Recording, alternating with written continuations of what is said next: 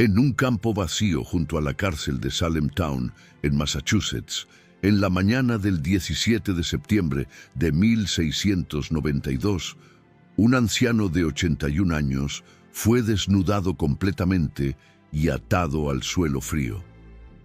Su nombre era Giles Corey y había sido granjero próspero, propietario de 150 acres de tierra fértil, miembro prominente de la comunidad puritana. Ahora yacía indefenso, mientras los oficiales de la corte colocaban una tabla de madera gruesa sobre su pecho, y sobre esa tabla comenzaron a apilar piedras, una por una, incrementando el peso lentamente, metódicamente, mientras le exigían repetidamente que se declarara culpable o inocente de brujería. Cada vez que le preguntaban, Giles respondía con las mismas dos palabras que resonarían a través de los siglos: más peso. Los oficiales añadían otra piedra pesada. El peso sobre su pecho aumentaba. Sus costillas comenzaban a ceder bajo la presión aplastante. La respiración se volvía más difícil con cada roca adicional. Más peso, repetía Giles, su voz debilitándose, pero su resolución permaneciendo inquebrantable. Esto continuó durante 2 días completos de agonía inimaginable, y al mediodía del 19 de septiembre de 1692, con cientos de libras de rocas aplastando su cuerpo anciano, Giles Corey finalmente murió, convirtiéndose en la primera y única persona en la historia de Estados Unidos ejecutada mediante pressing, y el último hombre en toda la historia occidental en morir por este método medieval de tortura.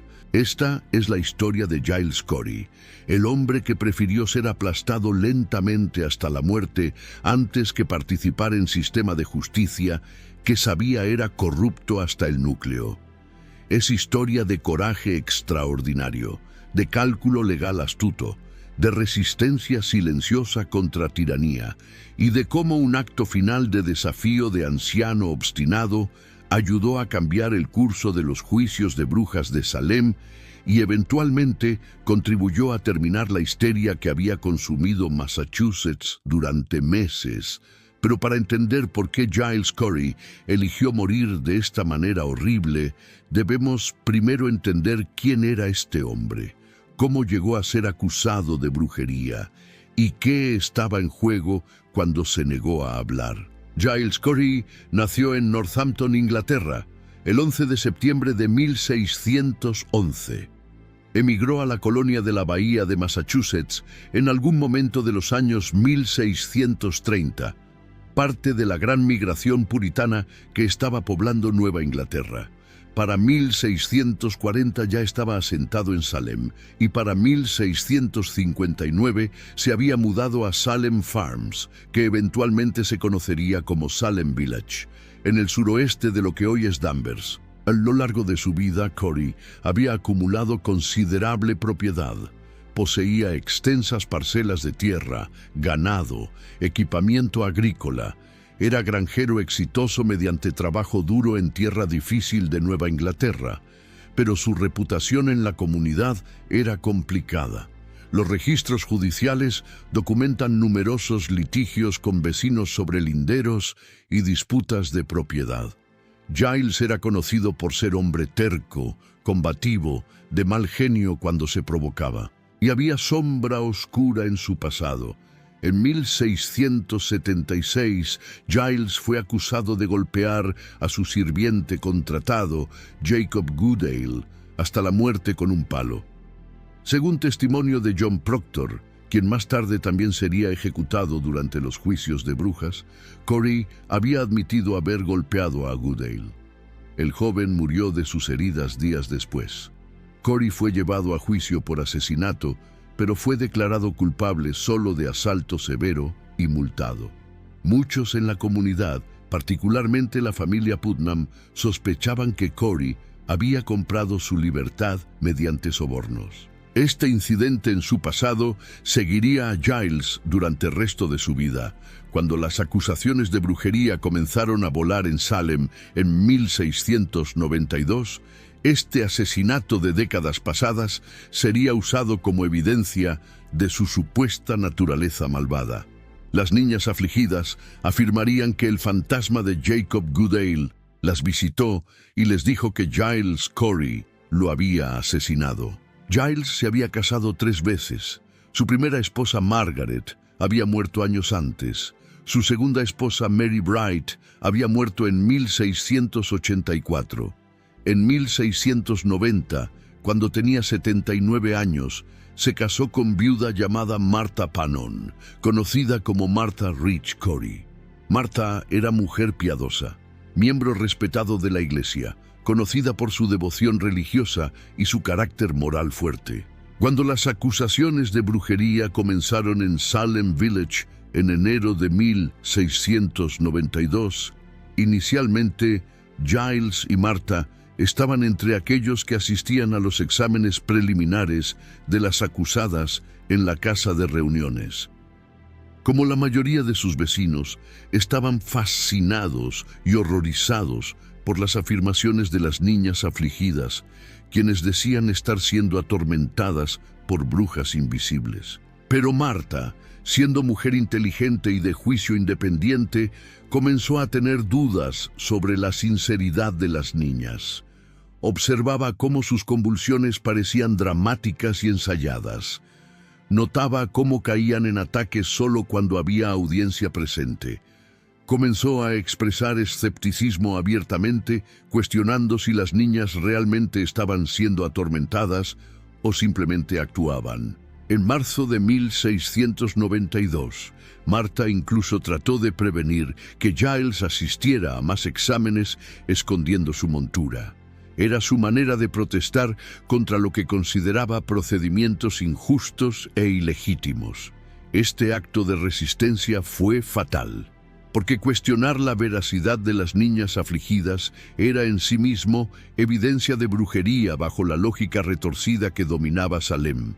Solo una bruja querría proteger a otras brujas de exposición.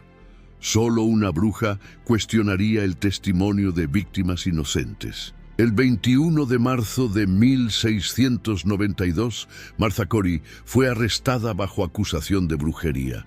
3 días después, el 24 de marzo, fue llevada ante magistrados John Hathorne y Jonathan Corwin para examen preliminar. El espectáculo que siguió era típico de los exámenes de Salem. Las niñas afligidas, Ann Putnam Jr., Mercy Lewis, Abigail Williams y otras caían en convulsiones violentas cuando Martha entraba a la sala. Gritaban que el espectro invisible de Martha las estaba pellizcando, mordiendo, estrangulando en ese preciso momento. Ann Putnam testificó que había visto a Martha orando al diablo afuera de la ventana de la casa Putnam durante cena familiar. Las niñas afirmaban ver pájaro amarillo invisible chupando entre los dedos de Martha, supuestamente su familiar demoníaco. Cuando Martha negaba las acusaciones con vehemencia, las niñas gritaban que cada movimiento que Martha hacía las lastimaba. Si Martha movía su cabeza, las niñas gritaban que sus cuellos dolían. Si Martha apretaba sus manos, las niñas gritaban que estaban siendo estranguladas. Y en uno de los giros más trágicos e irónicos de toda la saga de Salem, Giles Corey inicialmente testificó contra su propia esposa. En su testimonio del 24 de marzo, Giles mencionó incidentes extraños que habían ocurrido en su granja. Un buey que enfermó misteriosamente, un gato que murió sin causa aparente. Describió cómo Martha se arrodillaba junto a la chimenea en las noches como si estuviera orando, pero él nunca la escuchaba recitar oraciones reconocibles. ¿Por qué Giles testificó contra Martha? Las razones siguen siendo debatidas por historiadores. Algunos sugieren que fue barrido por la histeria masiva y genuinamente comenzó a creer que su esposa podría estar involucrada en brujería. Otros argumentan que fue presionado por los magistrados y por miembros de la comunidad, particularmente los Putnam, que tenían antiguo resentimiento contra Corey. Algunos especulan que Giles, hombre de 80 años en sociedad patriarcal, Simplemente no podía concebir desafiar abiertamente la autoridad de los magistrados y los ministros. Pero lo que es claro es que Giles rápidamente se dio cuenta de su terrible error. En las semanas siguientes, cuando Martha permaneció en prisión esperando juicio, Giles intentó retractar su testimonio. Intentó explicar que los incidentes que había mencionado tenían explicaciones naturales, que no eran evidencia de brujería. Pero era demasiado tarde. Su testimonio ya había sido registrado y sería usado contra Martha. Entonces Giles mismo se convirtió en objetivo. El 13 de abril de 1692, Ann Putnam Jr., la niña de 12 años que estaba en el centro de tantas acusaciones, afirmó que el espectro de Giles Corey la había visitado durante la noche.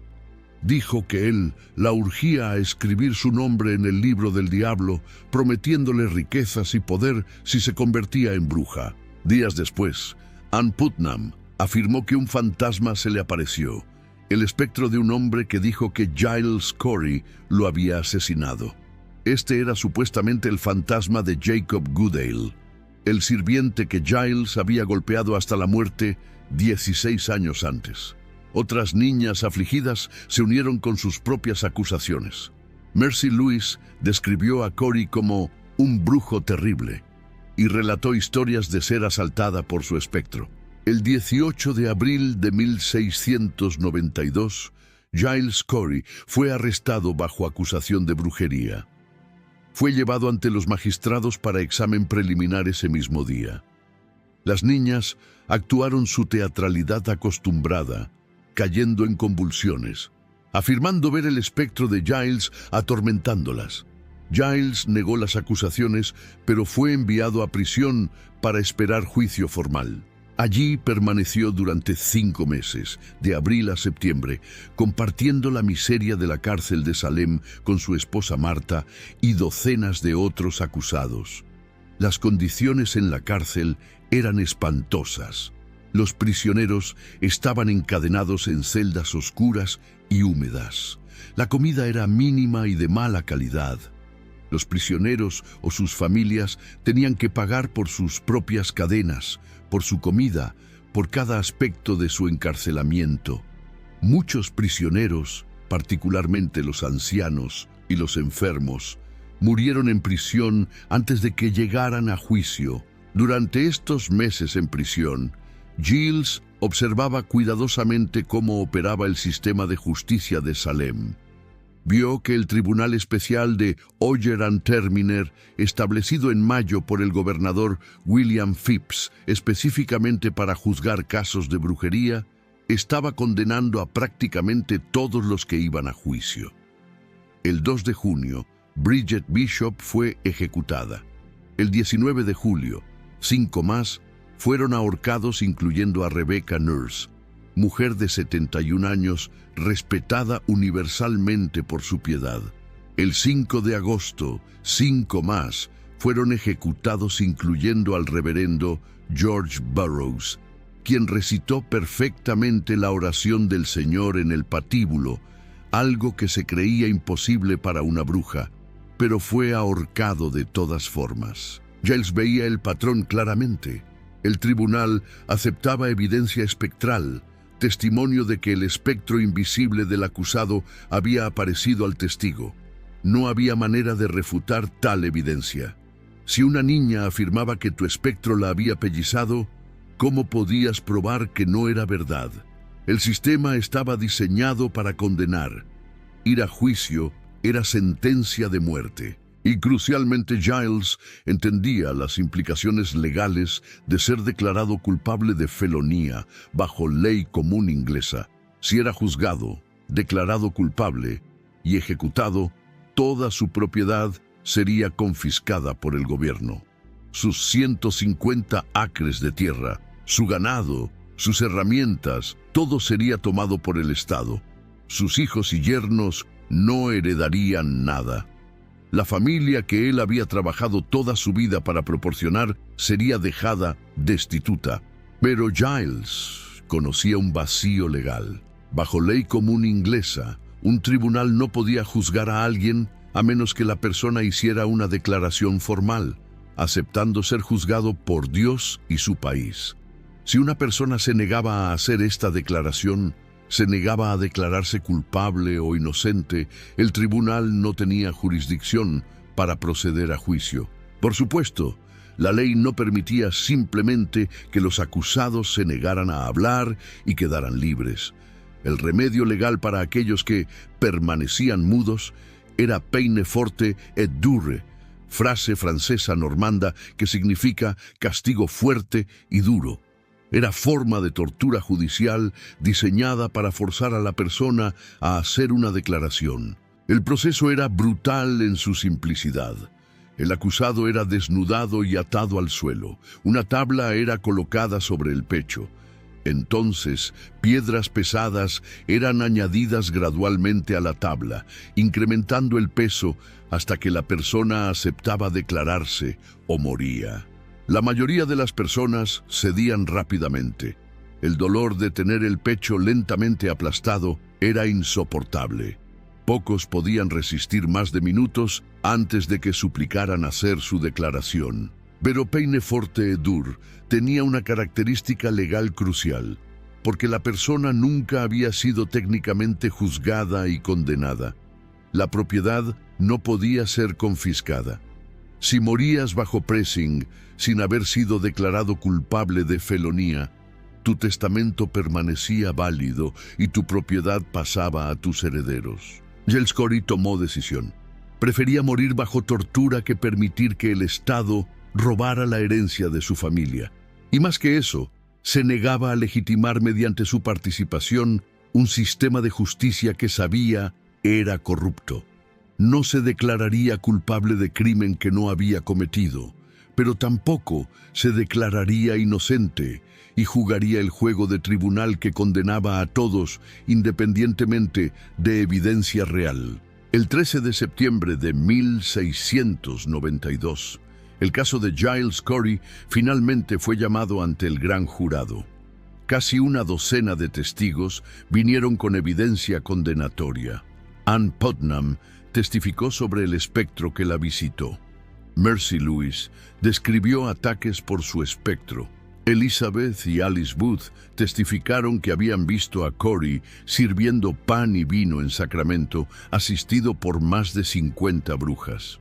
Era exactamente el tipo de testimonio espectral fantasioso que había condenado a todos los demás. El gran jurado emitió acusación formal. Giles sería juzgado por brujería, pero cuando fue llevado ante el tribunal para su procesamiento el 19 de septiembre, cuando los magistrados le pidieron que hiciera su declaración formal, que dijera si se declaraba culpable o inocente, Giles simplemente permaneció silencioso. Los magistrados insistieron. Le explicaron que debía hacer una declaración para que el juicio pudiera proceder. Giles no respondió. Le advirtieron sobre las consecuencias de permanecer mudo. Giles siguió en silencio. Finalmente, los magistrados no tuvieron opción bajo la ley. Giles Corey sería sometido a peine forte et dure hasta que hiciera su declaración.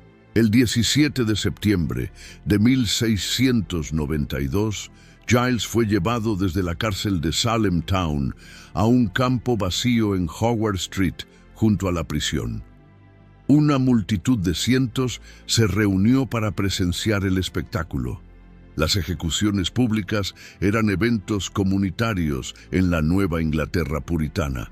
Pero esto era algo diferente. Esto no era ahorcamiento rápido. Esto era tortura prolongada, diseñada para forzar sumisión. Giles fue desnudado completamente, despojado de toda dignidad. Fue atado al suelo con estacas clavadas en la tierra, sus brazos y piernas extendidas para prevenir cualquier movimiento. Una tabla gruesa de madera fue colocada sobre su pecho desnudo, y entonces comenzó el proceso de añadir peso. La primera piedra fue colocada sobre la tabla. Era pesada, pero no insoportablemente. Los oficiales le preguntaron a Giles si haría su declaración. «Más peso», respondió Giles. era respuesta extraordinaria. En lugar de suplicar misericordia, en lugar de pedir que quitaran las piedras, estaba exigiendo que añadieran más. Estaba diciéndoles que entendía exactamente lo que estaban haciendo y que no cedería. Otra piedra fue añadida. El peso sobre el pecho de Giles aumentó significativamente. La presión hacía la respiración más difícil. Sus costillas comenzaban a doblarse bajo la carga. ¿Harás tu declaración?, preguntaron los oficiales. Más peso, respondió Giles, su voz ya algo más débil, pero su resolución clara. Esto continuó durante horas. Piedra tras piedra fue añadida. El peso se volvió masivo, cientos de libras presionando sobre el pecho de un hombre de 81 años. Las costillas de Giles comenzaron a ceder audiblemente. Su respiración se volvió superficial y trabajosa. El dolor debió haber sido insoportable. Según relato de Robert Califf, comerciante de Boston que documentó los juicios, a medida que el cuerpo de Giles cedía bajo la presión, su lengua fue forzada a salir de su boca por la fuerza de compresión. El sheriff George Corwin, notando esto, usó su bastón para empujar la lengua de regreso en la boca de Giles, un acto de crueldad casual que Califf registró con horror evidente. Amigos de Giles estaban en la multitud observando su tortura. Thomas Gardner, quien lo conocía bien, se acercó y suplicó a Giles que hiciera su declaración, que salvara su vida. Giles se negó. Simplemente seguía repitiendo «más peso» cada vez que le preguntaban. La tortura continuó durante todo el día 17 de septiembre, toda la noche, todo el día 18. Giles permanecía atado allí, las piedras aplastando su pecho, la tabla presionando más profundo con cada roca adicional. Por la noche, el frío de septiembre en Massachusetts debió haber añadido otra capa de miseria a su sufrimiento. Yacía desnudo bajo el cielo nocturno, incapaz de moverse, apenas capaz de respirar, con cientos de libras de rocas oprimiendo la vida fuera de él. Durante 2 días completos esto continuó, y durante esos 2 días Giles nunca cedió, nunca hizo su declaración. Solo seguía pidiendo más peso. Finalmente, alrededor del mediodía del 19 de septiembre de 1692, Giles Corey murió. El juez Samuel Sewall anotó sucintamente en su diario: alrededor del mediodía en Salem, Giles Corey fue aplastado hasta la muerte por permanecer mudo. El sheriff dejó un registro oficial aún más breve: Giles Corey, presionado hasta muerte, septiembre 19, 1692. El cuerpo de Giles, con costillas aplastadas, órganos internos rotos, fue finalmente liberado de las piedras. Fue enterrado en tumba sin marcar, probablemente en el cementerio de Howard Street, cerca de donde murió. Hasta hoy, la ubicación exacta de su entierro permanece desconocida. Pero Giles había logrado su objetivo. Porque nunca fue técnicamente juzgado y condenado, su propiedad no fue confiscada. Mientras estaba en prisión, Giles había transferido legalmente sus tierras a sus 2 yernos, William Cleaves y John Moulton.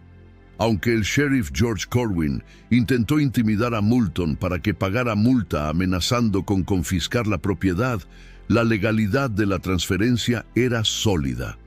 Los yernos de Giles heredaron sus tierras. Su familia no fue dejada destituta. 3 días después de la muerte de Giles, el 22 de septiembre de 1692, Martha Corey fue ahorcada en Gallows Hill, junto con otras 7 personas. Fue una de las últimas ejecuciones masivas de los juicios. Martha murió sabiendo que su esposo había sido torturado hasta la muerte días antes, pero murió también sabiendo que él había asegurado que sus propiedades pasaran a sus herederos. La muerte horrible de Giles Corey comenzó a cambiar opinión pública sobre los juicios. El espectáculo de hombre de 81 años siendo torturado hasta muerte durante 2 días por negarse a participar en juicio que sabía era injusto, horrorizó incluso a aquellos que habían apoyado la caza de brujas. Como escribió un cronista de la época, este hombre tenía 81 años, y la pena de muerte bárbara infligida sobre él por los oficiales de la ley tendía a despertar a la gente a una realización de la grave responsabilidad que descansaba sobre ellos como comunidad cristiana. El ministro Increase Mather, quien inicialmente había apoyado los juicios, comenzó a argumentar fuertemente contra el uso de evidencia espectral. En octubre de 1692 publicó tratado argumentando que es mejor que 10 brujas sospechosas escapen que una persona inocente sea condenada. El gobernador Phips, cuya propia esposa había sido acusada de brujería, ordenó que no se aceptara más evidencia espectral. Sin evidencia espectral, los casos colapsaban porque no había evidencia real, física contra la mayoría de los acusados. En mayo de 1693, apenas 8 meses después de la muerte de Giles, el gobernador Phips perdonó a todos los que permanecían en prisión esperando juicio. Los juicios de brujas de Salem habían terminado. 20 personas habían sido ejecutadas. Giles Corey fue el único que murió por pressing, el único que se negó a participar en el sistema que estaba matando a inocentes. En años posteriores, cuando Salem intentaba reconciliarse con lo que había hecho, cuando participantes expresaban remordimiento y culpa, la historia de Giles Corey permanecía como ejemplo de resistencia contra injusticia. Ann Putnam Jr., quien había sido una de las principales acusadoras, hizo confesión pública en 1706, admitiendo que había sido instrumento de la acusación de varias personas y pidiendo perdón. El juez Samuel Sewall hizo confesión pública de error en 1697. Pero ninguna disculpa podía devolver a Giles Corey. Ningún remordimiento podía deshacer las 2 días de tortura que había soportado. Sin embargo, Giles había logrado algo significativo. Había demostrado que era posible decir no al sistema, incluso cuando el precio era la muerte más horrible. Había protegido la herencia de su familia, y su muerte pública y terrible había ayudado a cambiar suficientes mentes para que la histeria finalmente terminara. La iglesia de Salem inicialmente excomulgó a Giles Corey. Argumentaron que había sido culpable de brujería o de suicidio al elegir soportar tortura letal en lugar de hacer su declaración. De cualquier manera, era pecador que no merecía entierro cristiano o conmemoración. Pero en 1712, 20 años después de su muerte, la Iglesia rescindió su excomunicación, reconociendo implícitamente que había sido tratado injustamente. Giles Corey es recordado hoy como mártir de los juicios de brujas de Salem, símbolo de resistencia contra tiranía. Arthur Miller lo inmortalizó en su obra El Crisol, de 1953, donde Corey aparece como hombre irascible, pero honesto, que sacrifica su vida antes que participar en sistema corrupto. La obra usaba Salem como alegoría para las audiencias anticomunistas del senador McCarthy, y el personaje de Giles representaba a aquellos que se negaban a cooperar con investigaciones que consideraban ilegítimas. En Salem, hoy, hay monumento en Howard Street Cemetery, cerca de donde Giles fue torturado. Una placa simple marca el área general donde se cree que fue enterrado, aunque ubicación exacta sigue siendo desconocida. Durante ceremonias conmemorativas del tricentenario, en 1992, Giles Corey fue honrado como una de las 20 víctimas ejecutadas durante los juicios. Pero quizás el monumento más duradero a Giles Corey son las palabras mismas que pronunció mientras moría: más peso. Estas 2 palabras han llegado a simbolizar resistencia contra opresión, negativa a ceder ante injusticia, incluso ante tortura, disposición a sacrificar todo antes que comprometer principios. Cuando las personas hoy enfrentan sistemas de poder que demandan sumisión, cuando deben elegir entre participar en injusticia o resistir con costo personal enorme, la historia de Giles Corey ofrece inspiración oscura pero poderosa, porque Giles Corey no era héroe perfecto. Había matado a un hombre décadas antes. Era terco, litigioso, difícil de llevarse bien. Había testificado contra su propia esposa antes de darse cuenta de su error. Era producto imperfecto de su tiempo y lugar. Pero cuando llegó su momento de verdad, cuando tuvo que elegir entre participar en sistema que sabía era corrupto o resistir con el máximo costo personal, eligió resistencia. La muerte de Giles Corey, bajo las piedras, fue victoria moral sobre aquellos que intentaban aplastarlo. Murió en sus propios términos, negándose a legitimar con su participación el tribunal que estaba asesinando a sus vecinos. Su silencio fue más elocuente que cualquier discurso podría haber sido. Su negativa a hablar habló volúmenes sobre coraje, sobre integridad, sobre límites de lo que poder puede forzar a personas a hacer. Cuando visitamos Salem hoy, cuando caminamos por las calles donde estos eventos ocurrieron hace más de 3 siglos, debemos recordar que Giles Corey yació en campo junto a cárcel durante 2 días, mientras cientos de libras de rocas lo aplastaban lentamente. Debemos recordar que pidió más peso en lugar de ceder. Debemos recordar que murió para proteger herencia de su familia y para negarse a participar en injusticia. La lección de Giles Corey no es que deberíamos buscar martirio, es que hay límites a lo que deberíamos estar dispuestos a hacer, líneas que no deberíamos cruzar, sistemas en los que no deberíamos participar, incluso cuando negativa tiene consecuencias terribles. Es que resistencia silenciosa puede ser forma más poderosa de protesta. Es que a veces la única victoria disponible es negarse a ser roto, incluso cuando cuerpo está siendo literalmente aplastado bajo peso de injusticia. Más peso.